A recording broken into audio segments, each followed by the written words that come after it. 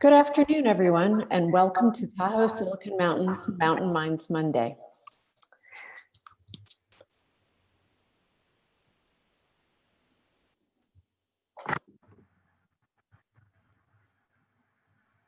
Tahoe Silicon Mountain has a monthly program called Mountain Minds Monday that's been running for the last 10 plus years, the second Monday of the month. For now, you'll find us on YouTube, and we'll let you know when you can find us in person again. Our first Friday at 4 Entrepreneurs Roundtable is currently on hiatus until we can meet in person. As I mentioned, this happens the second Monday of the month each month. Next month's speaker has not yet been announced, but all the more reason for you to join our email distribution list so you'll learn about who the new speaker is when it's announced. So joining either the email newsletter or our Facebook group are the best ways to learn about what's going on with Tahoe Silicon Mountain. You can also subscribe to our YouTube channel where you'll see archives of almost all of our Mountain Minds Mondays over the last several years. Although we are virtual, we do still have a suggested donation of $5. The way that you can go about making that donation is just go to TahoeSiliconMountain.com. In the upper right, there's a donate button, and you can set up, as I just set up a recurring monthly donation. And the reason why we still ask for that donation is we are an official 501c3 and have some overhead associated with our tax filings and bookkeeping and live streaming, et cetera. So if you could go ahead and subscribe, that would be wonderful. We do have an all volunteer board, but we're always looking to expand the board and looking for volunteers to help us not only with these monthly events, but when we return to in-person events, we will also hold a pitch camp and showcase, which will be our 4th annual, and a startup weekend, which will be our 3rd annual. All of this is possible through the generous donations of our sponsors. For a long time, our gold sponsor has been Holland and Hart. And more recently, our silver sponsor has been Mobo Law, and we have quite a few community partners. We're broadcasting today from the Lyft co-work space. We also partner with the Truckee Chamber of Commerce. Tahoe Donner hosts us when we're having in-person meetings. The Truckee Tahoe Airport, Tahoe Truckee Media, who helps us with the broadcasting, and Nevada County Tech Connection. You too can become a sponsor, and here's a short link for how to get in touch with us for that purpose. I've been so looking forward to this month's presentation. Dave Depew, who is a board member, has made the introduction, and that's really what has allowed us to have such high-profile speakers the last several months, is that people who are part of our community make the introductions. So Dr. Mark Stiving is the Chief Pricing Educator at Impact Pricing LLC, where he educates companies on pricing. The goal of this business is to find ways to help small businesses use pricing to capture more of the value they create. Prior to Impact Pricing, Stiving worked as a speaker and author, an instructor at Pragmatic Marketing, and I've taken a lot of classes from Pragmatic Marketing, so I was excited to see that. Director of Pricing at Maxim and Pricing Expert at National Semiconductor. Stiving has a PhD from UC Berkeley, Haas School of Business, an MBA from Santa Clara University, and a BS in Electrical Engineering from the Ohio State University. Now, the way for you to ask questions, you can put your comments in the YouTube comments where you're watching, or you can email Megan at TahoeSiliconMountain.com. And that's Megan, no G, M-E-G-A-N at TahoeSiliconMountain.com. So you can start listing off your questions as you're listening to Mark. So I'm just going to take a second and switch over to his presentation.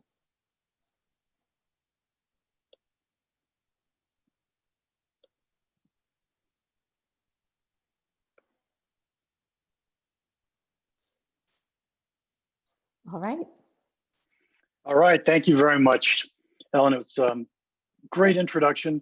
Today we're going to talk about 2 big pricing decisions. There's actually going to be tons and tons of detail and information that you're going to get.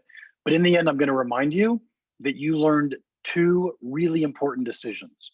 So let's go ahead and go, Ellen.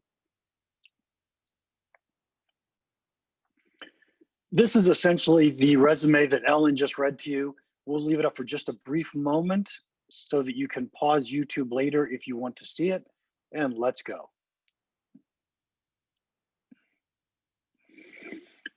The single most profitable pricing decision that you could possibly make is to adopt value-based pricing.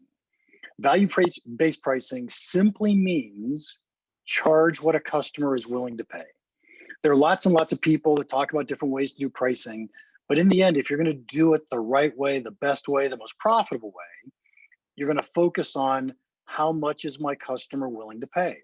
Now, I got to tell you, this is really easy to say. It's a super simple concept, very hard, almost impossible to do. In fact, I'd say it is impossible to get right because there's no way you can read your customers' minds. There's no way that you know how much any one customer is willing to pay. What we're doing with value-based pricing is we're trying to get closer and closer with every new pricing decision, pricing tactic that we implement. Click. So quick quiz for you all. Let's assume for a brief moment that you're building a product that costs you $20 to make. You know your customer's willingness to pay is $100. How much do you think you should charge? I'm thinking $100. Click.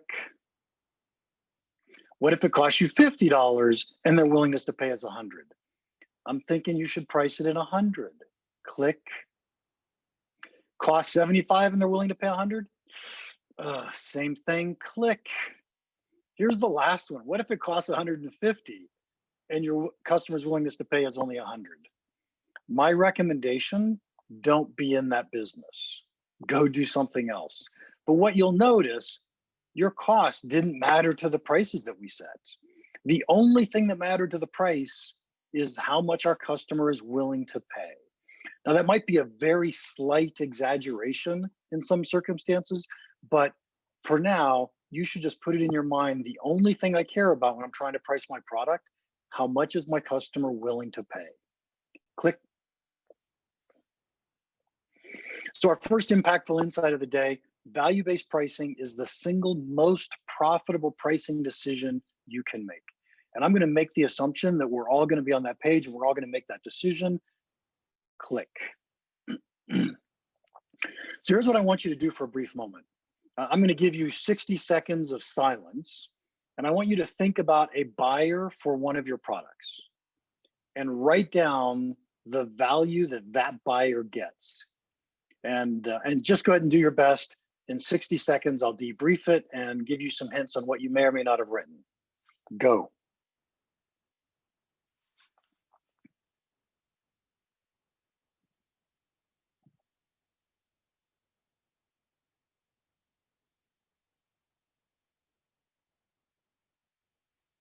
I do hope you're doing the exercise.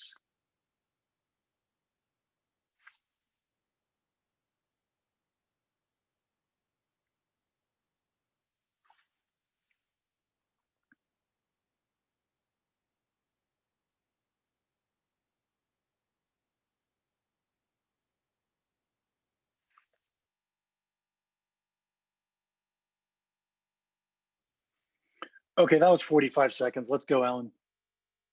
Click. There we go. Click again, please. When you wrote down value, there were 3 different things you could have written down that would have made me very happy. One thing is, did you write down the value of solving the problem? So put yourself in the buyer's shoes, the customer's shoes, and say, I have this problem.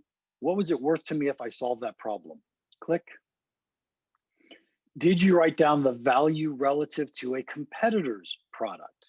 Oh, they choose me over my competitor because we do the following things, and that's how much this is worth to my customer. And the last one, click. Did you put it in dollars? If you sell a B2C product, then it's probably a little hard to take any of those first 2 answers and say, here's what it's worth in dollar value. But almost everything in the B2B world, we can turn around and put it into a dollar value. How much money did it make or save our customer? Click. So the impactful insight here, very few companies understand their own value, and the ones who do had to work really hard to learn it. This concept of value is not trivial. Don't imagine that we're trying to make light of it at all. And odds are really good you don't understand the value for your product yet. And hopefully we're going to give you some guidance here in the next few minutes so you start to understand better what the value of your product is. Click. So what is value? Click. There's two big types of value. One type of value is called value in use. Value in use, how much does someone value solving the problem? Think of this as the inherent value of your product. And I'll ask you the easy question. How much is it worth to you to have air to breathe? And I'm guessing the answer to that question is pretty much infinite. Click. Here we have somebody trying to sell a jar of air from Williamsburg, Brooklyn. Who wants to buy that? What is he asking for? It's 69 bucks or something.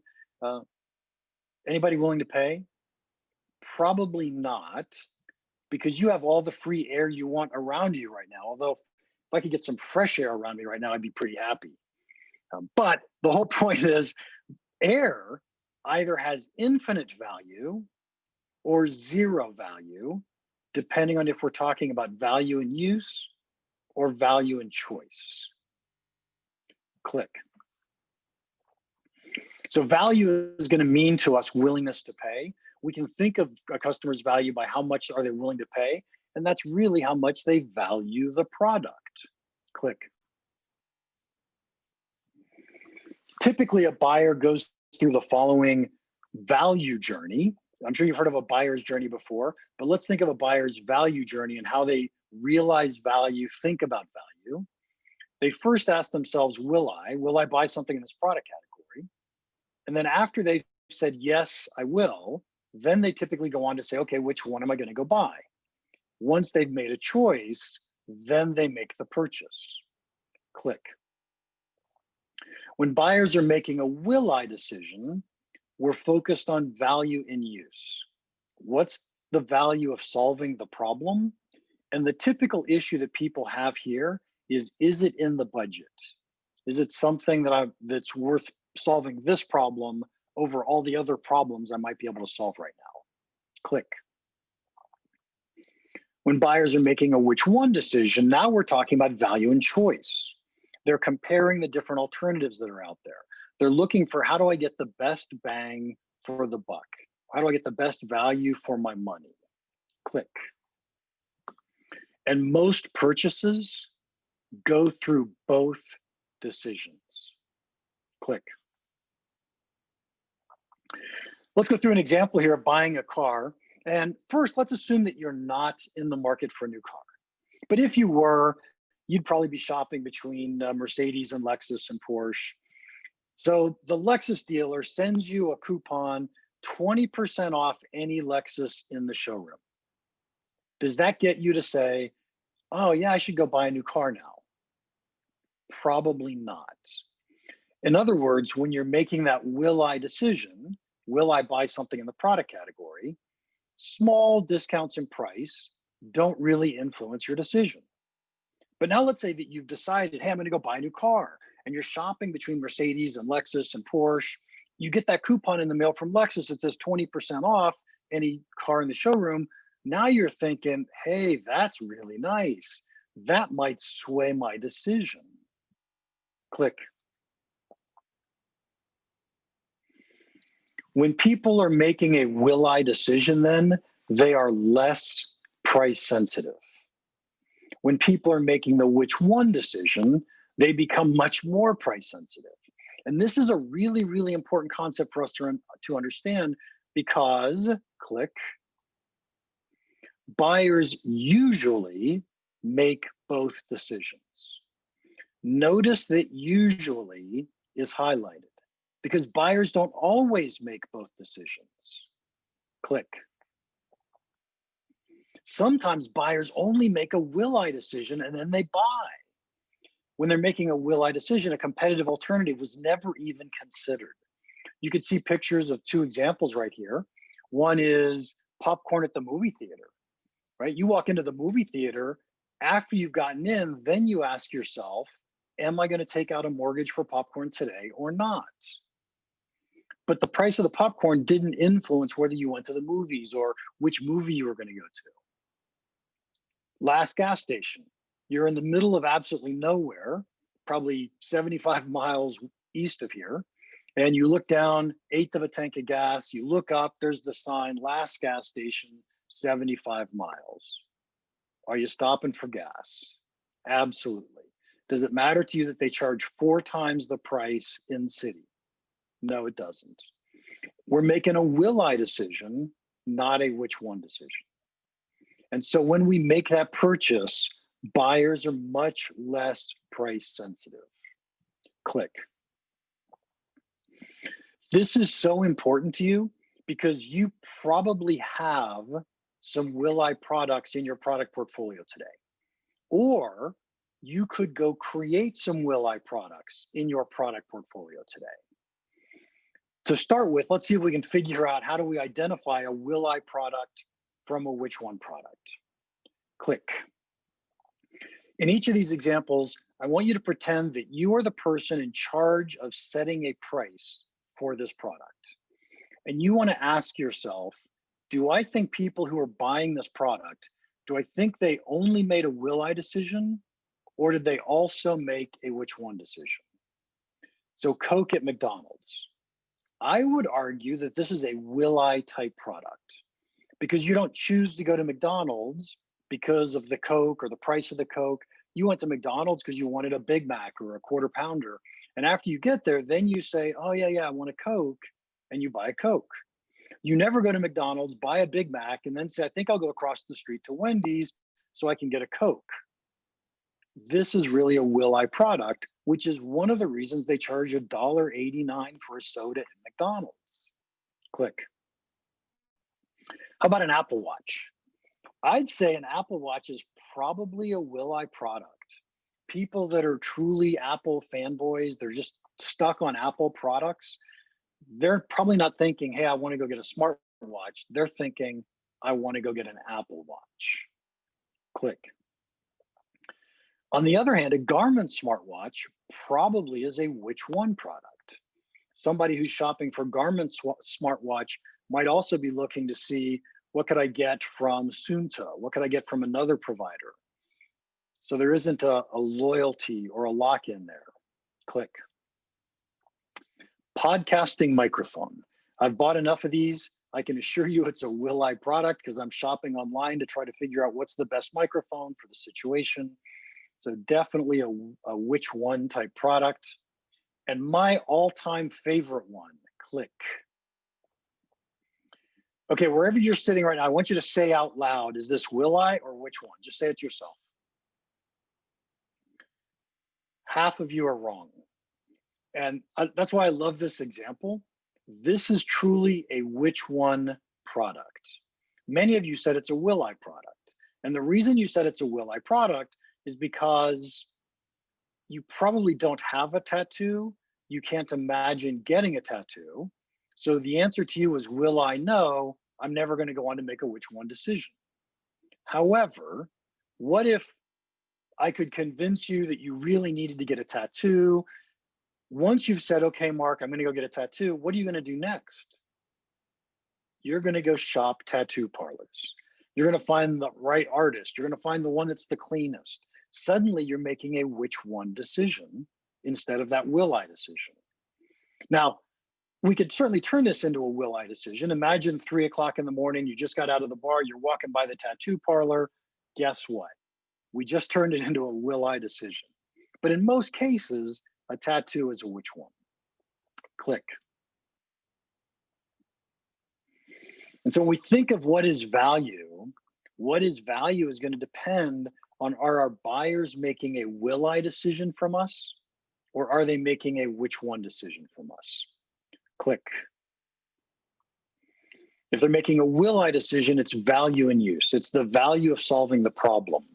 And in the B2B world, a reasonable rule of thumb is if you are saving somebody $1 million or making them $1 million because of your product, your price should be in the ballpark of 10% of that number. So that's a reasonable guess. Which one? Click.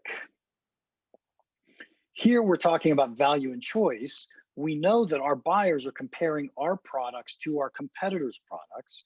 Now we have to look at what's the price our competitor is charging and how much better is our product. The things that we do that are better than our competitors, what do we think that's worth to our buyers? And that's how we're going to set pricing now, is based starting with a competitor's price and then hopefully putting an adder on because our product's better, or maybe subtracting some price because our competitor's price product is higher quality or a better product. Click. About a year and a half ago, I created this concept called value tables, which has got to be one of the most powerful pricing concepts known. I have several pricing people who've asked me if they could use it. And I said, sure, as long as you give me attribution. And so they said, well, why don't you call it Stiving value tables? So that's why they're called Stiving value tables now. But this came about because of the fact that I was a pragmatic marketing instructor, and in pragmatic marketing, we just pound into our students the fact that your whole business should be focused around the problem. What's the problem? As a pricing person, though, my whole world focuses around the value. What's the value of the product? And when you try to link those two together, here's what it really looks like. Think about your product for a second. Think about a feature on your product. Why did you put it there? You put it there because it solved a problem. It solved a customer's problem. Can you articulate that problem in the customer's voice in first person in a way that's empathetic and you can actually feel the pain that they have because they had that problem? Then they buy your product, they use your feature, they solve the problem, there's some result. What's that result? In the B2B, actually in B2B and B2C, I like that result to be measurable. So there should be some quantitative number here, if at all possible. In B2B, it's almost always possible. And then once we understand the result, now we can turn around and say, what's the value of that? What's the value of that to our customer, to our buyer? If we have no competitor, we're looking at value and use. If there's a competitor there, we're looking at value and choice. And in the B2B world, we can turn that result, that quantitative, quantifiable result, into a dollar value.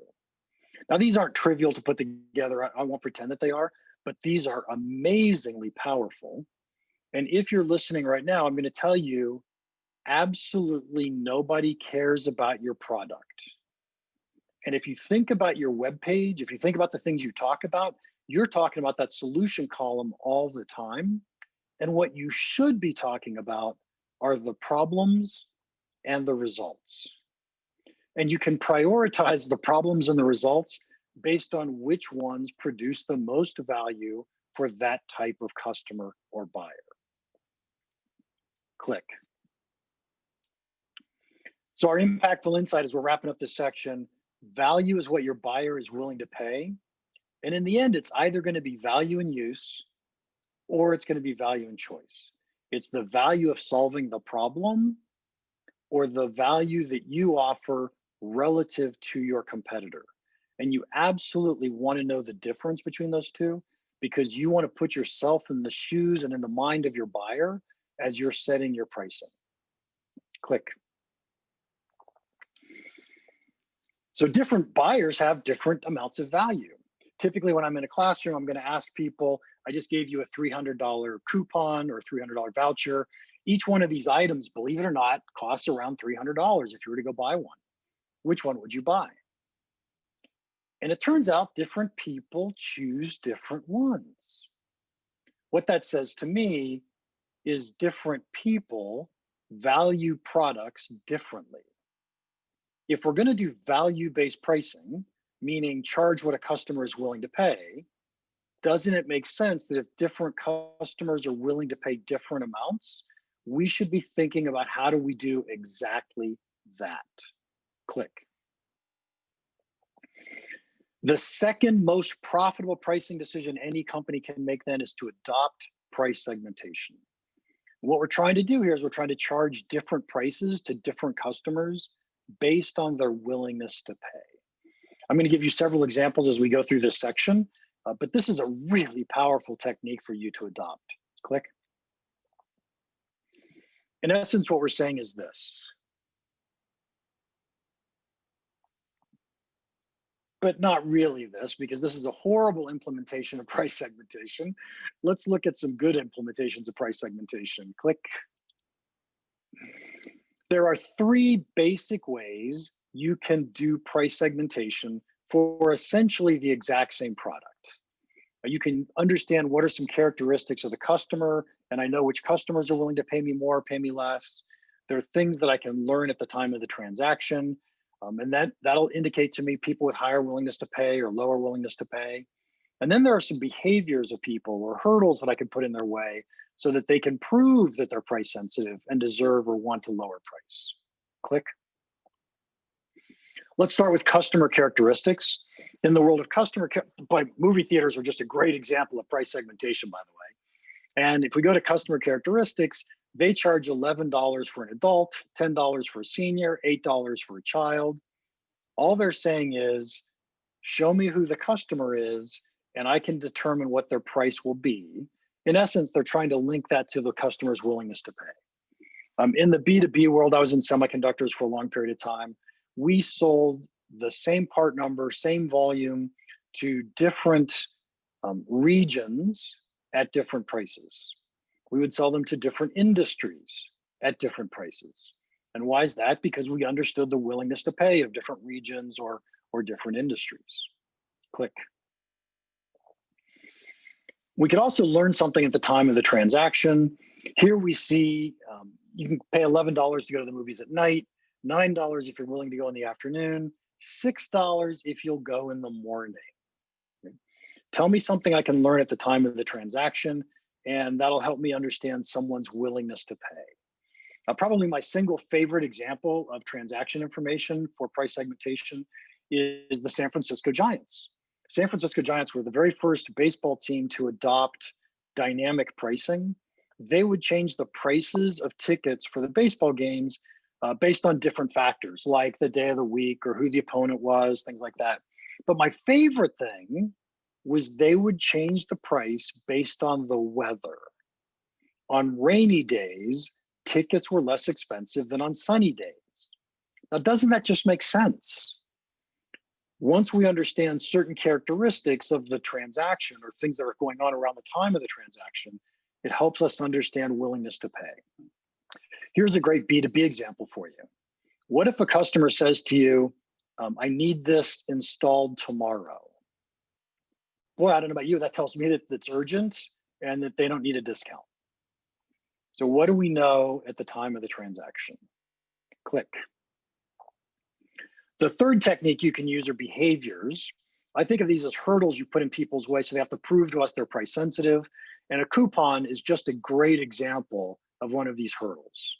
So here you see, sticking with the movie theater theme, we've got Fandango and a coupon. But think about using a coupon for a second. If you use a coupon, what you're doing is you're trading a little bit of your life for a better price. Because you have to find the coupon, if it's paper, or you have to find the coupon, clip it out, store it, make sure you go to the right store, get the right item, get the coupon out, hand it to the cash register, blah, blah, blah. Right? Now, even with the electronic stuff, there's still a little bit of life you're trading for money. Not as much, but a little bit. And by the way, there's nothing wrong with trading life for money. We do that all the time. It's called a job. But if you think about a coupon, all it's really doing is saying to a company, prove to me that you're price sensitive. If you're price sensitive, you're going to go through these extra efforts to get a better price, and then we'll give you a better price. All of us who don't use coupons, we're not price sensitive. We get to pay full price. Click. And so these three different techniques we just talked about, customer characteristics, transaction information, behaviors, those all work essentially for the exact same product. You don't have to change the product at all. But oftentimes when we create a powerful product portfolio, we can do price segmentation with that product portfolio. Click. So let's talk about doing price segmentation using products. Think of that orange ball as everybody. Think of the green dots in there as specific market segments. Click. We can create different versions of our products for different market segments. Probably my favorite example of this is LinkedIn.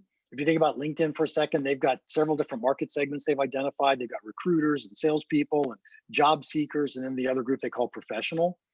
And they've got different products for each one of those different groups. Even though if you think about it, what LinkedIn really is resume storage and search. And yet they're able to create different products for different market segments and charge different prices. Recruiters pay much more than the other groups do. Click.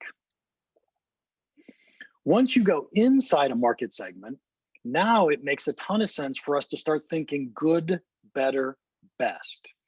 Good, better, best works amazingly well inside a market segment because we understand how that market segment thinks, what their problems are. The people who are scraping to get into a product category, what are they willing to pay? What's the most that we can get from them? And think about building for them a minimum viable product. For the better product, think about building for them something that does the majority of what most people want. Probably over half your customers are going to be in the better category. And then the best, those are the people who just have really high willingness to pay. They're not very price sensitive at all. We give them something so that they can buy it. Most people buy the one in the middle. Click. And you can put those two together. Here's a great example from Dropbox. On the left, you're going to see Dropbox for individuals. So they've got basic, plus, and professional. Boy, that looks like good, better, best. On the right, you see Dropbox for businesses, and it looks like they've got good, better, best there as well. This is a really powerful way to build a product portfolio so that we can capture the most value from our marketplace, create different versions for different market segments, and once we're inside a market segment, create good, better, best for the segment. Click. So as a quick reminder, price segmentation is without a doubt the second most profitable pricing decision you can make. I call this the second most profitable pricing decision because this one is useless if you haven't made the first one. Right? We have to decide that we're going to use value-based pricing. Then we decide we're going to do price segmentation. And now we've got a way to create, communicate, and capture more value from our marketplace. Click. So everything I just talked about, does it apply to subscriptions? And the answer quickly is yes. However, subscriptions are much more complicated than a normal business model. When we start thinking about subscriptions, well, let's go back to a traditional model for just a second. And you get something like what you see here, where we have a sales funnel, people are evaluating our product, and when we do our job well, customers pop out the bottom and they pay us money and everybody's happy. That's not the way it works in subscriptions. Click. In subscriptions, when we win a customer, that's awesome, but they don't pay us very much. They pay us for 1 month. Click. So after we win that customer, we have to work at keeping them. So month after month after month, we're focused on how do we keep a customer? How do we minimize churn? Click. And then the great companies focus on how do I grow my customers? You've heard of land and expand. How do I get my current customers to pay me more money over time? So instead of managing a single revenue bucket, which is new customers, now we're managing 3 very different revenue buckets. We need to win customers, we need to keep customers, we need to grow customers. Click. We have these 3 value levers that we can use to create, communicate, and deliver value to our market as well. Now, it turns out these 3 value levers are true for every business, but in subscriptions, they're so much more important. We need to decide what's that market segment we're going to go after. When you saw that in the portfolios piece, where we want to pick out which market segments are we going to build products for, The more narrow the market segment, the better the products are that you can create for that segment. Next is packaging. Are we going to use good, better, best, plus sell options? And I got to say, those are pretty challenging decisions, but it's a really valuable way to do it. And the third one is pricing metrics. Pricing metrics are, what are we going to charge for? You might think of Salesforce, because Salesforce charges by the user. Think of it as the number of salespeople. Dropbox might charge by the gigabyte of storage that you're using, or terabyte of storage that you're using. So what is it that you charge for? Are you charging by the click? Are you charging by the lead? Every company has a pricing metric, but the world of SaaS opened up those pricing metrics to almost an infinite array of choices, and we need to choose them wisely, because then we can truly grow our customers. Click. And if you want to grow your customers, there's 4 really important, really big, powerful ways to do that. One is you can raise prices. The great thing about subscriptions is we've had a chance to work with our customers. They've learned our products better. They're using more and more features than when they first bought it and said it was worth it. We've probably done upgrades. We've probably fixed bugs. They would be willing to pay us more. They get way more value than they're paying for us. So we want to raise prices carefully if we're going to do it, and there's techniques to use, but we could just raise prices. On the left, it says usage. If we've chosen the right pricing metrics, then what happens is as customers use more and more of our product, they end up paying us more and more money. One way we can grow a customer then is to make sure that they're comfortable using our product and they use it more and more. To the right, we have upsell. In the world of upsell, this is good, better, best, or this is freemium, good, better, best.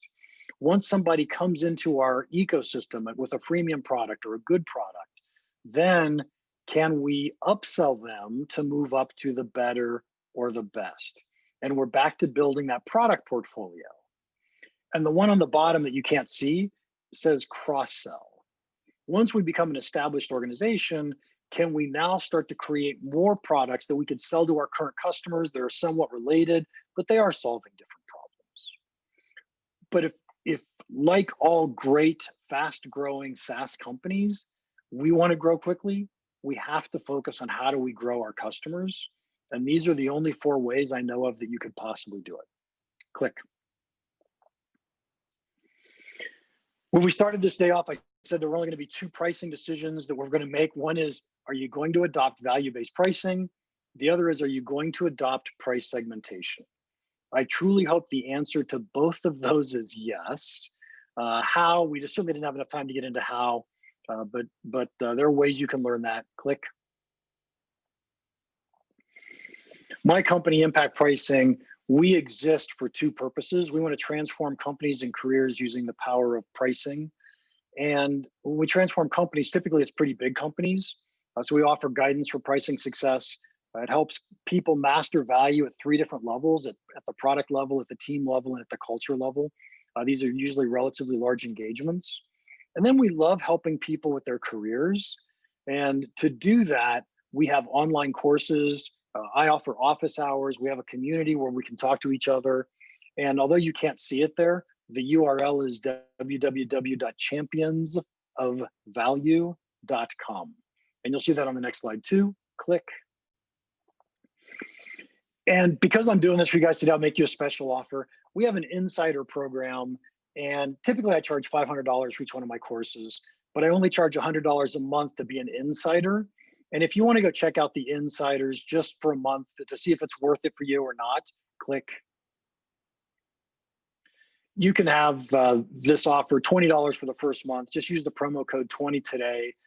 Go to insider.championsofvalue.com. And it really doesn't bother me if you cancel after the first month because it didn't have value to you. I'd rather see you cancel than continue to pay money that didn't give you value.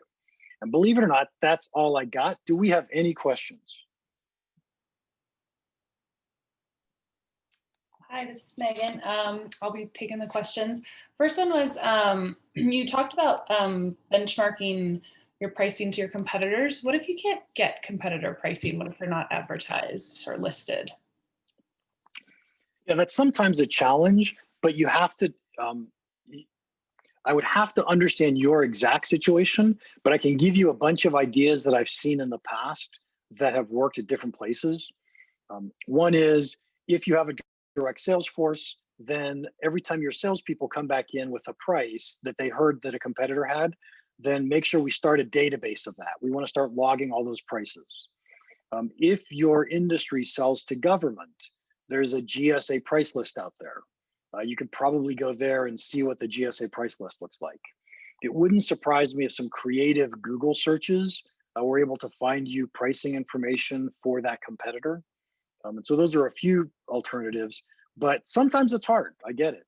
But in the end, if a customer is making a decision between our product and our competitor's product, I guarantee you the way they're making that decision is which one is more expensive and is it worth the difference in price? So we need to be figuring out how do we determine, are we more expensive, how much more expensive, and are we worth that difference in price? Also, I guess kind of in that same lines, like, you know, if, does this apply to an e-commerce company? You talk about kind of price segmentation, you know, based on different customers' need. E-commerce kind of democratizes prices by letting it be visible to everyone who comes there. How do e-commerce companies think about this? Okay, so I'm going to speak very carefully for a second. There are examples where Amazon charges different people different prices. There are examples in the travel industry where people who used a Mac got shown a higher price than people who used a PC. There are examples in the office supplies industry where people who lived close to an office supply store got to one of the competitors' office supply stores, got a lower price than people who didn't live close to a competitor's store. And so you actually get to choose what price you want to show people. It doesn't mean everybody sees the exact same price. You put up a different web page every time someone goes to your site, and you can decide what price you want to put up. Now, that's not trivial, I get it. And then don't forget, you can also do the product portfolio techniques where you can get different people to pay us different prices, and you can put hurdles in people's ways. So you've got the coupons, or another great hurdle that's a no-brainer to use is we match everybody else's price. Because think about what that does. That says to your buyer, we have a low price, but the buyer's probably not going to go look to see if there was a lower price out there. And if they did, they just proved you that they were price sensitive, and now we'll match the price. Does that advice change at all, tailored to like a small business versus, you know, a much larger enterprise that has the, you know, capabilities to do that level of small business world as well? Is over time, our shopping carts, our catalogs will have the ability to change prices based on different customers. But today, the things that we as small businesses use don't really have those capabilities. So delivering a different price to a different customer is probably going to be pretty challenging. Now, there's probably people out there that are digital marketers that could say, oh, but I could do the East Coast versus the West Coast and have different prices that way, based on IP addresses or something like that. But that's not my area of expertise. Yeah. Another question is, do you think, or can you advise on, do loss leaders ever make sense? Absolutely. Loss leaders make a ton of sense.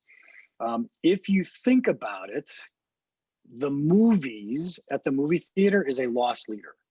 It turns out that movie theaters do not make money selling tickets to movies.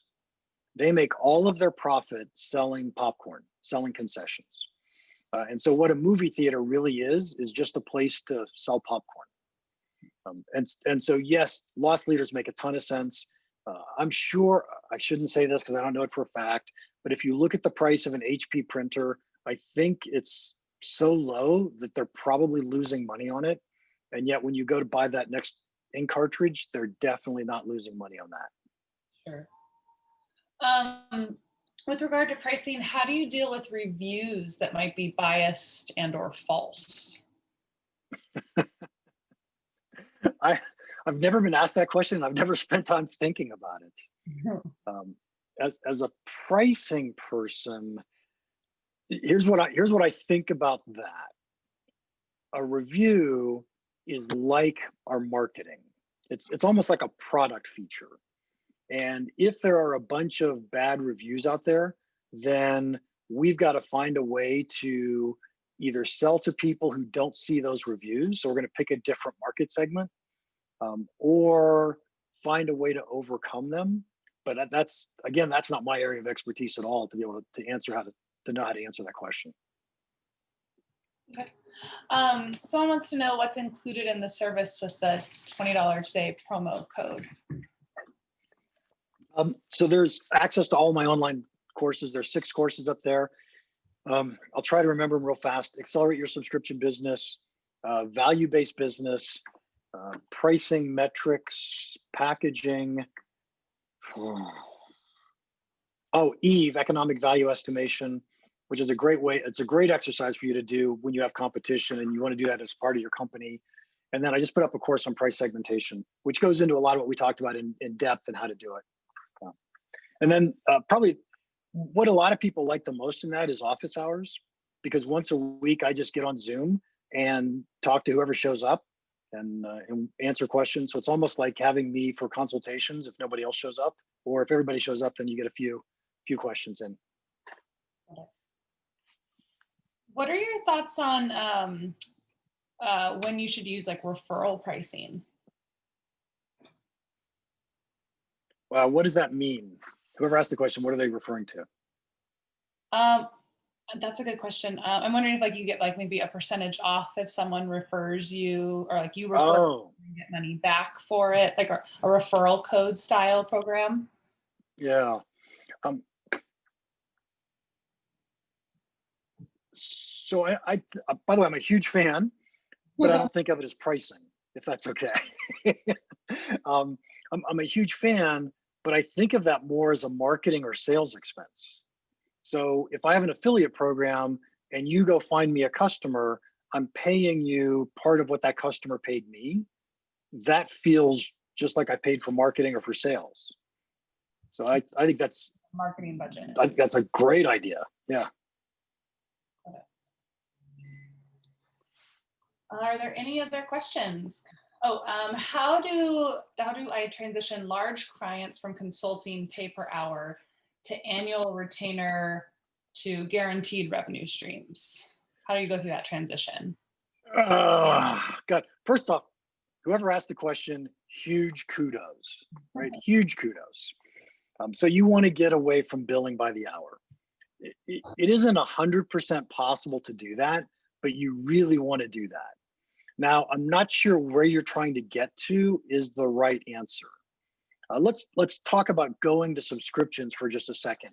And how long do we go till 6 o'clock? Yeah, we have 11 minutes, so we got plenty of time. Okay, so if I talk too long on this one answer, yes. So the first thing I want you to think about is, what does it mean to go to a subscription? And when you buy a subscription to something, what you're buying is a stream of benefits coming your way. So you're willing to pay monthly or pay annually because you get this regular stream of benefits all the time. And what people don't want to do is they don't want to pay you a subscription for something they just buy, and that's what it is, right? So Microsoft Office is probably a great example of a subscription that's painful, because I could probably get away with Microsoft Word 95 and it does everything I want it to do, and yet I pay them the subscription fee month after $10 a month or whatever the heck it is. And it kind of frustrates me that I do that, because I don't get more benefit than I got from when I just bought the product. Now that has a lot to do with the fact that I bought the product a long time ago. Porsche has a subscription service in Atlanta and several other cities nowadays. And if you think about what Porsche has done, they haven't just said, hey, pay us money, pay us a monthly bill, and you can drive our Porsche. They actually created a series of benefits that you get if you subscribe to a Porsche. They cover all the maintenance, they cover all the insurance. My favorite feature is you can take your Porsche back in and pick up a different one, so you can drive a different Porsche every day of the week if you want, depending if you're going to the mountains or showing off downtown or whatever you want to do. And so it's a stream of benefits that they're selling for a monthly fee. That makes a ton of sense. Now, if you expect to take your consulting business and say, I want to turn this into a subscription or a stream of revenue, then you have to have a way to deliver to your customer a stream of benefits, something that makes sense to them. I don't see a lot of service companies pulling that off. Companies that can, bookkeeping companies can do that relatively well because they're doing a constant thing, a good stream of services that are coming through. A lot of consulting companies, though, what I would recommend instead of doing a subscription is sell projects.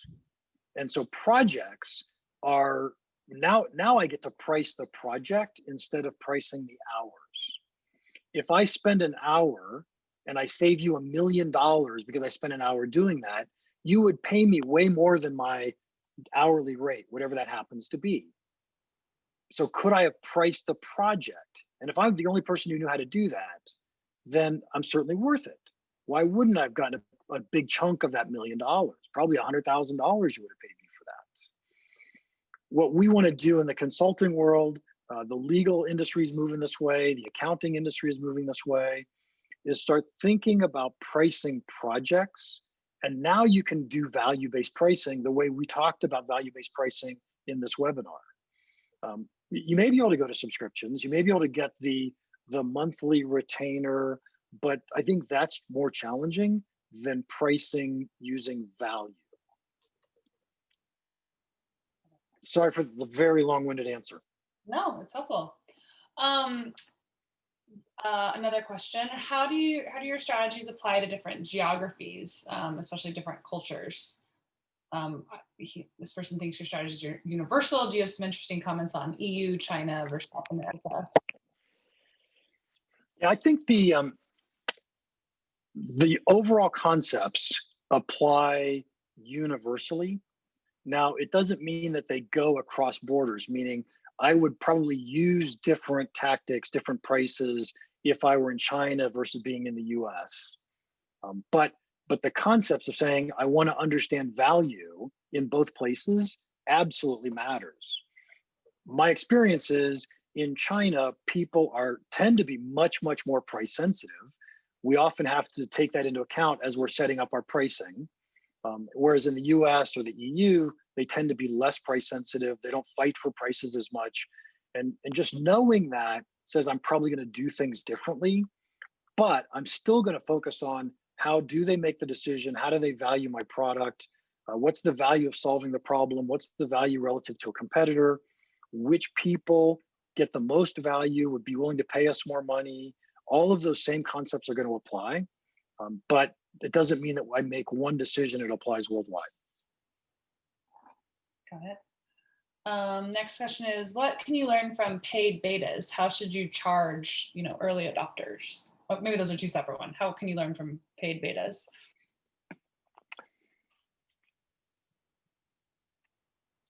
This is a really interesting one. I don't have a strong opinion on this because I've seen it both ways and I've seen it work really well both ways.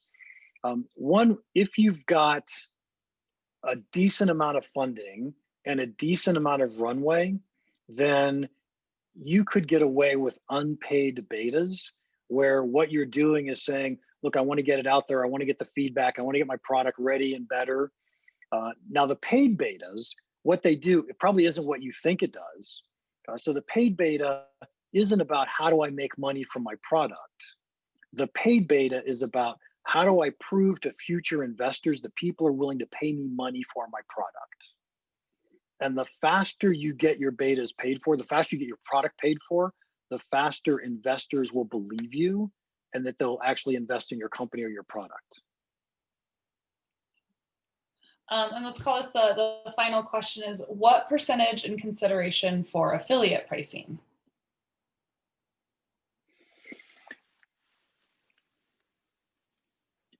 I think I see the number 20% a ton in affiliate pricing, meaning that I'm going to give my affiliate 20% of whatever they bring me. So I have an affiliate program and that's what I use as well. but I rarely see numbers very different than that. So I would recommend that as a starting point. Okay, great. Thank you.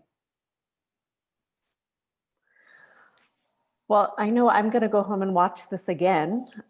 There were so many great nuggets and I wasn't able to take notes, but I'm going to go back and watch it again and share it with my network. Lots of things that as a product manager, I wish I had heard much earlier in my career. So thank you so much. And thank you to Dave for bringing you to us.